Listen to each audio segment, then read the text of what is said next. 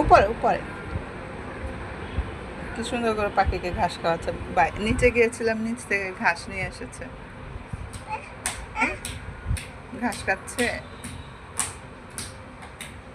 পাখিগুলো অনেক ঘাস পছন্দ করেছে। এই ভদ্রমহিলা তো ঘর থেকেই বের হয় না, নবাবজাদি, যদিও নবাবজাদি মনে হয় অসুস্থ, উনিও বের হয়ে গেছে।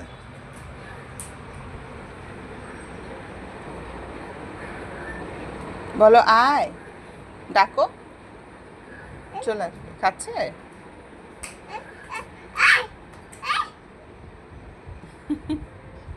আসে না, আসবে আসবে। দাও কাছে, দাও, তুমি দিলেই আসবে। হ্যাঁ, ওই যে খাচ্ছে তো, যে খাচ্ছে। হ্যাঁ, আয়।